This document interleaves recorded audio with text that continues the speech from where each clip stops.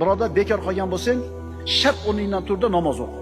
Tasbih ayt, istig'for ayt, takbir ayt, zikr bilan mashg'ul bo'l, kitob o'qi. Yoz, uyingni, xonangni tartibga keltir, kimgadir foydang tegsin, bekorchilikni o'ldir. Qaraginda, uyingda sen qilishing kerak bo'lgan ish to'lib yotibdi.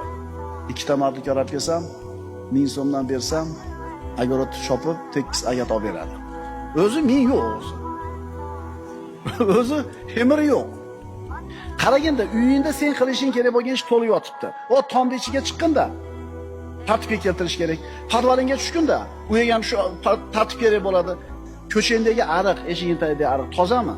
Daraxtlaring sen o'zing xohlagandek chiroyli suratdami? Birodarlar, musulmon odam bekorchi bo'lishi mumkin emas. O'tirmaysizmi, dada, sizga nima deysiz? Yo'q, u mehnat qilib o'rgangan, mehnat bilan o'zini tirik his qiladi, mehnat bilan o'zini baxtli his qiladi. O'shuning uchun ketvonda olib sekin daraxtlarni tayin chopayotgan, agorotni to'rlayotgan, daraxtlarni putayotgan. To'g'rimi?